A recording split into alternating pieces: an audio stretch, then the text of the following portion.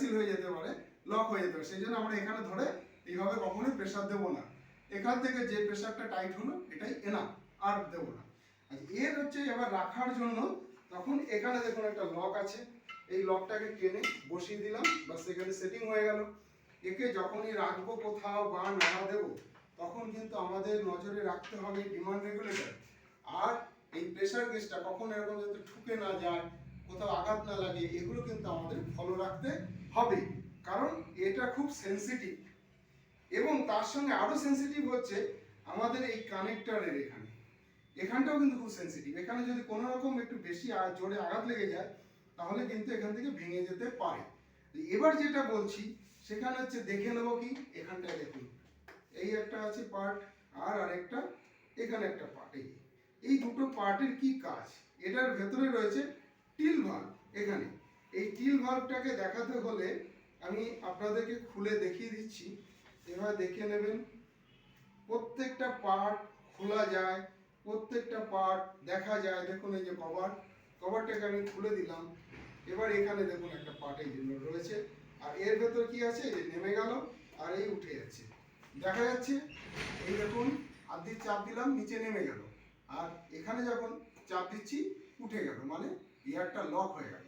এবার এই অবস্থায় যদি আমি সিলিন্ডারটাকে ওপেন করি, দেখুন এয়ার কিন্তু বেরোবে না, এয়ারটা কিন্তু বেরোচ্ছে না। কিন্তু এই যে এখানটার যে পার্টটা দেখেছেন উঠে আছে, এই পার্টটাকে যদি আমি এখন এবার ধরে এখান থেকে চাপ দিই, ও কিন্তু আস্তে আস্তে এখন বেরিয়ে যাচ্ছে। যতই করবো বেরিয়ে যাবে, আওয়াজ পাচ্ছেন বেরিয়ে যাচ্ছে। এবার এটাকে লক করতে হলে কি করতে হবে, সেম এই এখানে চাপ দিলাম, দেখুন আর বেরোচ্ছে না। এবার আমরা কি করব, এখানটায় দেখুন এটাকে লক করতে হলে এই টানলাম, এই লক হয়ে গেল। এটা কেন হচ্ছে, এর কারণ হচ্ছে আমরা যখন কাজ করব, কোথাও দাঁড়িয়ে কাজ করছি, আমি নড়ছি, মুভমেন্ট করছি, এখানে ঘষা লাগছে, তাহলে তো আমার সিলিন্ডারটা লক হয়ে যাবে। হঠাৎ করে লক হয়ে গেলে আমি তো আর এয়ার পাবো না। ঠিক সেই কারণে এটাকে টেনে লক করতে হবে, কিন্তু খোলার সময় কিন্তু কখনোই না, দেখুন এই যে খুলে যাচ্ছে ওপেন, কিন্তু যখন আমি লক তখন এই টেনে এই যে লক করতে হচ্ছে। আর খোলার সময় এদিকে দেবেন, খুলে যাবে, টানতে হবে না। তাহলে এটা হয়ে গেল, বেশ কমপ্লিট। এইবার আসছি এই যে টিল ভাল্বটা, এটা কিন্তু স্প্রিং খোলা থেকে শুরু করে সমস্ত কিছু আমাদের দেখে নেওয়া যায়। আচ্ছা কিভাবে দেখে নেওয়া যায় দেখিয়ে দিচ্ছি। দেখুন এবার একটা জিনিস আপনাদের বলেছিলাম, এই সাইরেনটা বাজবে, বুঝলেন কখন বাজবে, এই যে আমি আস্তে আস্তে ছাড়ছি। এবার দেখুন যখন কিনা ও 50 বারে চলে আসবে, 50 বারে আসার সঙ্গে সঙ্গে 10 মিনিট ধরে এই সাইরেনটা বাজতে থাকবে। বোঝা গেল, এই সাইরেনটা কিন্তু 10 মিনিট ধরে বাজবে। আর এই 10 মিনিট ধরে সাইরেনটা যখন বাজবে তখন বুঝে নিতে হবে আমাকে বেরিয়ে যেতে হবে। আচ্ছা এবার দেখুন, এই দেখুন দেখতে পাচ্ছেন আমি খুলে ফেললাম পার্ট বাই পার্ট। এখানে একটা স্প্রিং আছে, এখানে একটা ভ্যাকুম রয়ে গেছে, দেখুন এটাকে আর আমি খুলতে পারবো না, জাস্ট স্প্রিং লোডেড প্রেসারে ওকে কিন্তু নিচে নামিয়ে রেখে দেয়। আমি আবার এটাকে লাগিয়ে দিচ্ছি। আপনাদের কোনো কারণে কাজ করতে গিয়ে পরিষ্কার করতে হলে তখন কিন্তু এইটাকে এইভাবে খুলে আমাকে পরিষ্কার করতে হবে। দেখুন উঠে গেল, এই নেমে যাচ্ছে, এই যে উঠে গেল, ব্যাস। আর এইটাকে প্রোটেক্ট করার জন্য একটা কভার দেওয়া আছে, কভারটাকে আবার পরিয়ে দিই আমরা, কভারটাকে আমরা সুন্দর করে পরিয়ে দিচ্ছি। আচ্ছা তাহলে ডিমান্ড রেগুলেটর সম্বন্ধে যতটুকু জানার ছিল আশা করি আর ডিমান্ড রেগুলেটর সম্বন্ধে কাউকে কিছু বলতে হবে না। ডিমান্ড রেগুলেটর মানে তার চাহিদা মতো, ডিমান্ড মতো যতটুকু তার দরকার ততটুকুই তাকে দেবে। যতটুকু তার দরকার মানে আমাদের যে বয়স অনুপাতে আমি যতটা তাড়াতাড়ি হাঁপিয়ে যাব, আমার থেকে কম বয়সে একটু দেরিতে হাঁপাবে, আমার থেকে যারা বেশি বয়স তাড়াতাড়ি আরো বেশি হাঁপিয়ে যাবে। যখন মানুষ হাঁপিয়ে যাবে, টেনশন করবে, কায়িক পরিশ্রমটা বেশি হবে, তার কিন্তু এয়ার বেশি লাগবে। সেই জন্য একটা কি গড় অ্যাভারেজ করা হয়েছে। গড় অ্যাভারেজটা কি আছে, 40 লিটার পার মিনিট, মানে আমরা 1 মিনিটে 40 লিটার এয়ার আমরা নাক দিয়ে ইনহেল করব। তাহলে 40 লিটার আমি কত বলেছিলাম, আমি বলেছিলাম এটাকে বার হিসাবে তাহলে 300 বার, আর এদিকে যদি আমি লিটারে ধরি তাহলে 40, তাহলে 40 যদি হয় লিটারে বললে হচ্ছে 2040 লিটার। তাহলে 2040 লিটার যদি হয় আমার কত মিনিটে 40 লিটার, আমি যদি 40 দিয়ে 2040কে ভাগ করে দিই কত আসবে, দেখুন 51 পয়েন্ট সামথিং আসবে। তার মানে এটাই হচ্ছে ব্যাপার। এর মধ্যে এবার একটা ব্যাপার আছে যে বার, এই বার মানে কত, যে 300 বার সমান 2040। এবার 2040কে যদি 300 দিয়ে ভাগ করে দিই, দেখুন আপনাদের সামনে চলে আসবে 6.8। তাহলে 6.8 মানে কিন্তু 1 বার, তাই তো? 6.8 মানে হচ্ছে 1 বার। এবার এই 1 বার হিসাবে কত আছে, এবার 1 বার সময় তখন এই যে 40 লিটারের যে ব্যাপারটা আসছে আমাদের এখান থেকে বার করতে হবে যে 1 বার মানে হচ্ছে 6.8 লিটার। একবার মানে 6.8 লিটার। তাহলে আমার ওখানে দেখতে হবে যে কত বার আছে, 240 বার হয়, তাহলে 240কে আমি যদি 6.8 দিয়ে গুণ করে দিই আমার লিটারটা বেরিয়ে আসবে। সেই লিটারটাকে যদি আমি আবার 40 দিয়ে ভাগ করে দিই তাহলে কিন্তু আমার টোটাল ডিউরেশনটা বেরিয়ে আসছে, যে আমার টোটাল ডিউরেশন কত। সেই টোটাল ডিউরেশন থেকে 10 মিনিট আমি বাদ দিয়ে দিলে আমার ওয়ার্কিং ডিউরেশন চলে আসলো। তার মানে হচ্ছে আমার কমন একটা ধ্রুবর মতন, যেটা হচ্ছে 10 মিনিট হচ্ছে আমার সেফ ডিউরেশন। এই হচ্ছে গিয়ে বিএসএল এর অঙ্কগুলো এইভাবে বার করে নিতে হয়। তার পরবর্তীতে চলে আসছি, এটা আছে কি আসছে, ডিএসএল।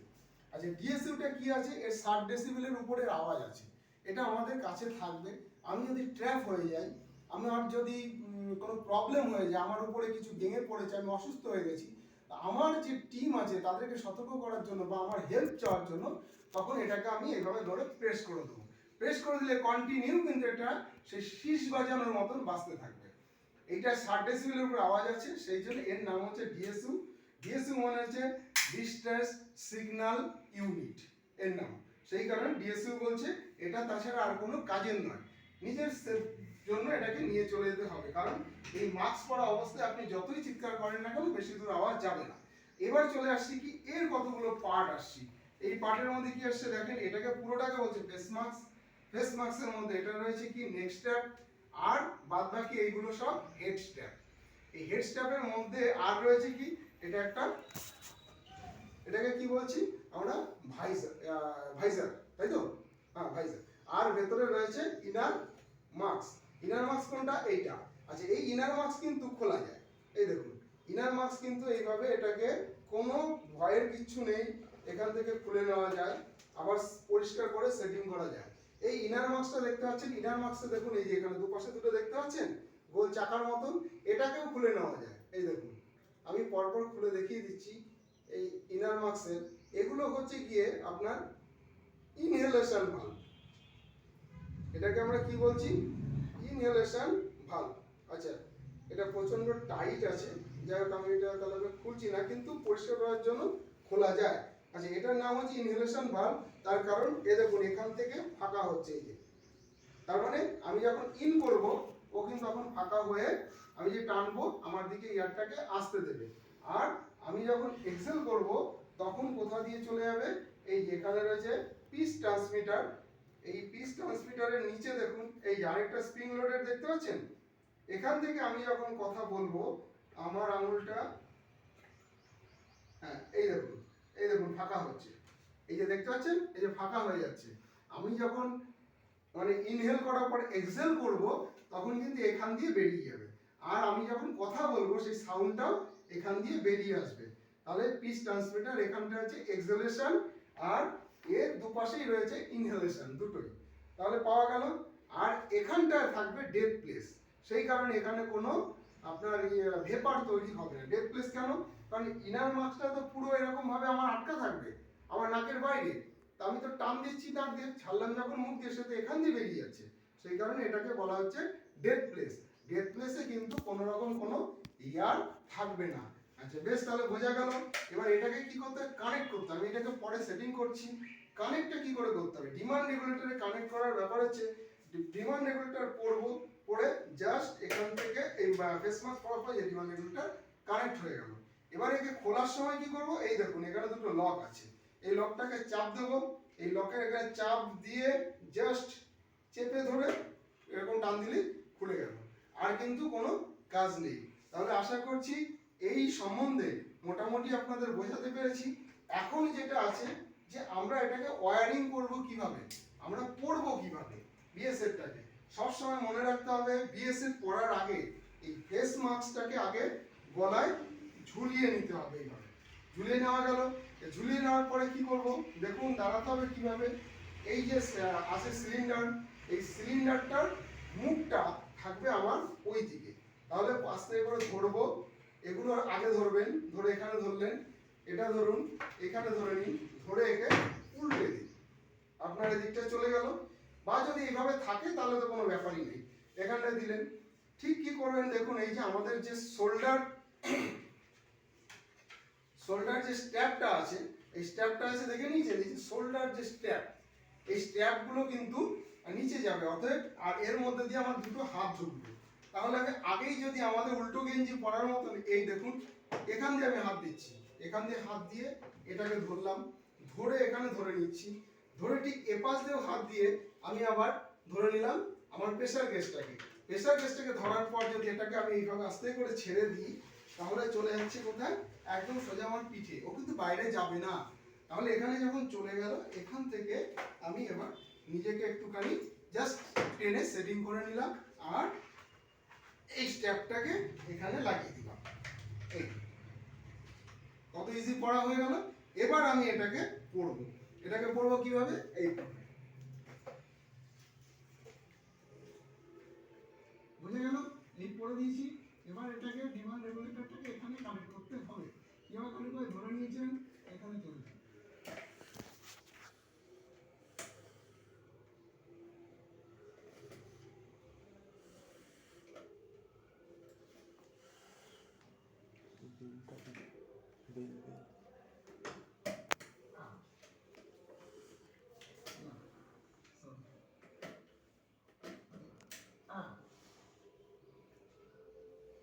লাগাতে পেরেছি, এটা হলো। এবার এটা খুলতে হবে, এখানে চাপ দেবো, এই খুলে দিলাম, ঠিক আছে। আচ্ছা, ও সরি, এবার এটাকে টাইট করতে হয় কিভাবে দেখুন, এইখানে ধরে এইদিকে টান দেবেন, এখানে ধরবেন, এবার টান দেবেন, এবার ঢিলা করবেন এইভাবে, এই দেখুন ঢিলা হয়ে গেল, এই পরপর এগুলো ঢিলা হয়ে গেল। এবার আপনি খুলে দিন। হ্যাঁ, তাহলে বন্ধুরা বলতে পারলাম, এবার একে খোলার সময় কিন্তু খুব ইজিলি এটা খুলতে হবে। এগুলো ঢিলা করুন, এখানে ঢিলা করুন, এগুলোকে সব ঢিলা করে দিন। ঢিলা করে দেওয়ার পরে আপনি কি করবেন, টেবিল যদি থাকে, টেবিলের আগে এই স্পার্টটা এরকম ঠেকিয়ে দেবেন, এখানে ঠেকিয়ে দিয়ে আপনি একটা হাত প্রথমে বার করে নিন, বার করে নেওয়ার পর এটাকে ধরে নেবেন, দিয়ে দ্বিতীয় হাতটাকে বার করে নিন, এই দেখুন। এবার আমরা বিএসএফটাকে আস্তে করে এইভাবে ঘুরিয়ে রেখে দেবো। আশা করি বন্ধুদের বোঝাতে পারলাম। ধন্যবাদ সবাইকে।